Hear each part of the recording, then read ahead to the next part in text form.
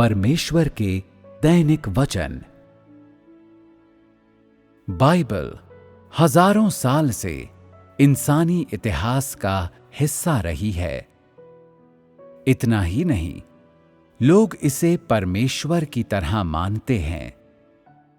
यहां तक कि अंत के दिनों में इसने परमेश्वर की जगह ले ली है, जिससे परमेश्वर अप्रसन्न है। इसलिए जब समय मिला, परमेश्वर ने बाइबल की अंदरूनी कहानी और उसकी उत्पत्ति को स्पष्ट करना जरूरी समझा। अगर वो ऐसा न करता तो बाइबल लोगों के दिलों में परमेश्वर का स्थान बनाए रखती और लोग परमेश्वर के कर्मों को मापने और उनका खंडन करने के लिए बाइबल के वचनों का इस्तेमाल करते रहते। बाइबल के सार, उसकी संरचना और उसकी कमियों की व्याख्या करके परमेश्वर किसी भी तरह से न तो बाइबल के अस्तित्व को नकार रहा था, न ही वो उसकी निंदा कर रहा था, बल्कि वो तो एक उपयुक्त और उचित विवरण मुहैया करा रहा था, जिससे बाइबल की मौलिक छवि बहाल हो सके।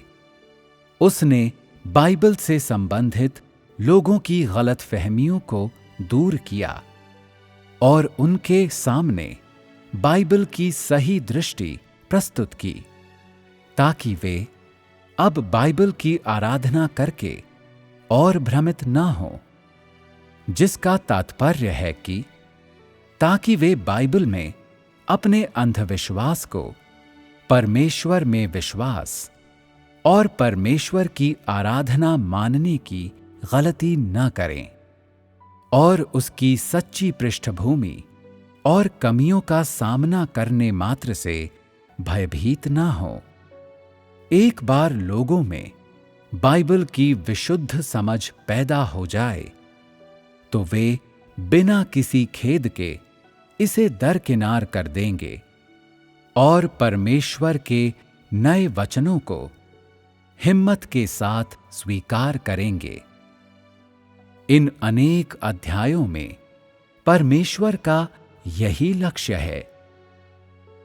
जो सत्य परमेश्वर लोगों को बताना चाहता है वो ये है कि कोई भी सिद्धांत या तथ्य परमेश्वर के आज के कार्य और वचनों की जगह नहीं ले सकता और कोई भी चीज परमेश्वर का स्थान नहीं ले सकती। अगर लोग बाइबल के फंदे से नहीं निकल सके तो वे कभी भी परमेश्वर के सामने नहीं आ पाएंगे। अगर वे परमेश्वर के सामने आना चाहते हैं तो उन्हें अपने दिल से हर वो चीज साफ करनी होगी जो परमेश्वर की जगह ले सकती हो। तभी वे परमेश्वर के लिए संतोषजनक होंगे।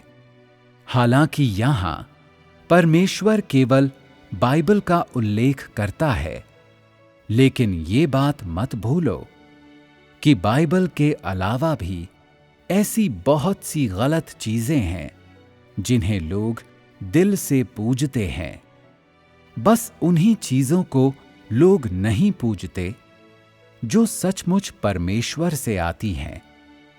परमेश्वर बाइबल का इस्तेमाल केवल लोगों को ये याद दिलाने के लिए एक उदाहरण के रूप में करता है कि वे कोई गलत रास्ता न अपनाएं और परमेश्वर में विश्वास रखते हुए और उसके वचनों को स्वीकारते हुए फिर से चरम सीमाओं पर जाकर उलझन का शिकार न हो जाएं।